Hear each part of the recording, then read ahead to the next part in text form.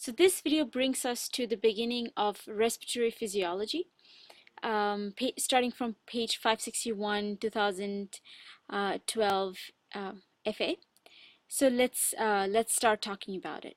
Now we already talked about the J receptors, which are present in the interstitium of the alveoli, and the J receptors are stimulated by the vagus nerve, right?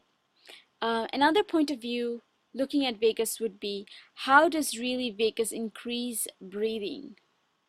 How does it do so? Because whenever we have pulmonary edema or pneumonia, the interstitium, there is push on the, there is stretch of the alveoli and stimulates the vagus nerve. But how does really vagus increases breathing? What do we know about vagus? We know that vagus is a parasympathetic nerve, and parasympathetic, the effect of parasympathetic they have on the respiratory system is that there is bronchoconstriction. Okay, when there is bronchoconstriction, and also all kinds of secretions also happen. So there is increased secretions also happens due to parasympathetic activity. So when there's bronchoconstriction, that increases the work of breathing, and that's how vagus is going to increase the work of breathing.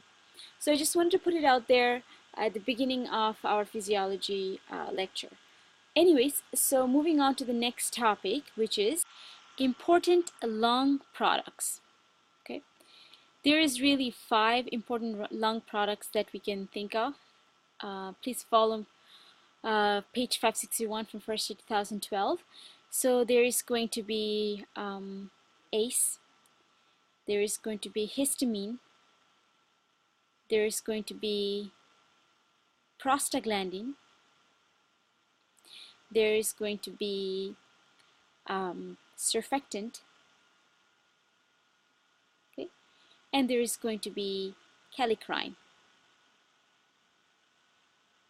These are the 5 products we're going to see in our lungs. We obviously know what ACE does. ACE converts angiotensin 1 and angiotensin 1 to angiotensin 2.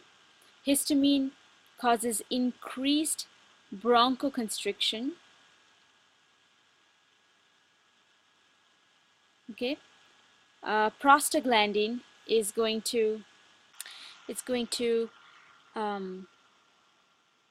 decrease bronchial tone. It's going to decrease vascular tone, and it's going to increase uterine tone. You can find this on page 429, first aid, 2012. Now, what does that mean? It's going to decrease bronchial tone, meaning it's going to cause bronchodilation. Prostaglandin is going to cause bronchodilation. It's going to decrease vascular tone, so it's going to cause vasodilation, and increase uterine tone. We know that prostaglandin could be an abortifacient, right? So that's our prostaglandin. Surfactant, we already know that surfactant, what it does is it's going to decrease the surface tension, allowing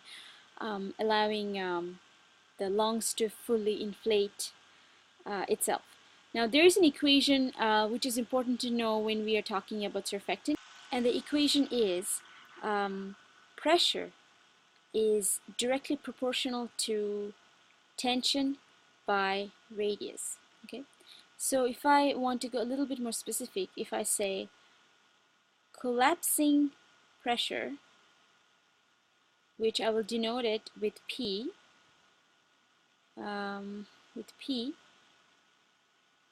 is equal to 2 times tension divided by radius. Okay, so we can say that as we increase the radius, the pressure is going to drop, the collapsing pressure is going to drop, or as the radius becomes smaller, the collapsing pressure is going to rise, which is another way of talking about the Laplace law. Okay, so that's what surface tension does. Now moving on to our 5th and final product from the lung, which is Kallikrein. And what effect does Kallikrein have in our system? Now you can find about Kallikrein on page 376 of first aid 2012. So I'm going to start with okay, let me go to the next page because this might take a little bit of space. So I'm going to start with the human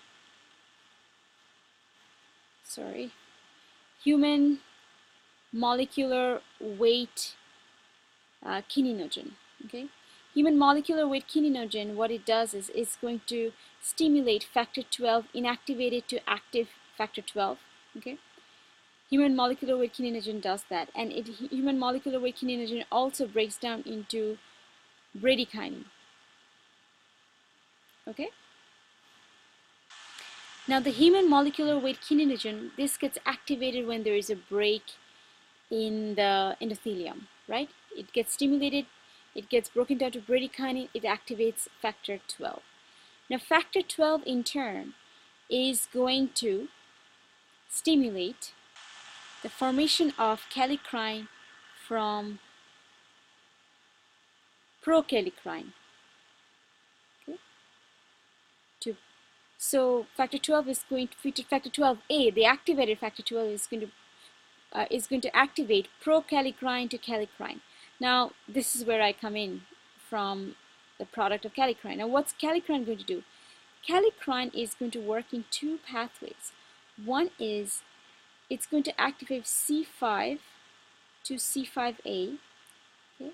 And C5A is going to go into the complement cascade. That's one thing. Another thing kallikrein is going to do is it's going to convert plasminogen into plasmin, and plasmin is going to go and it's going to produce fibrin split products. Okay. It's going to produce fibrin split products. So why am I talking about all this? Because I wanted to know what kallikrein does. Kallikrein is going to activate plasmin, right? And it's going to activate the complement cascade. Now, just one more thing I want to talk about here is bradykinin. What does bradykinin do? Bradykinin is going to do, it's going to increase three things, okay? It's going to increase pain, permeability, and vasodilation, okay? And there is increased amount of bradykinin when we give ACE, right? ACE inhibitors. ACE inhibitors produces bradykinin, and that's why captopril or drugs like that give us cough. Anyway, so that was my version of the different products of the lung.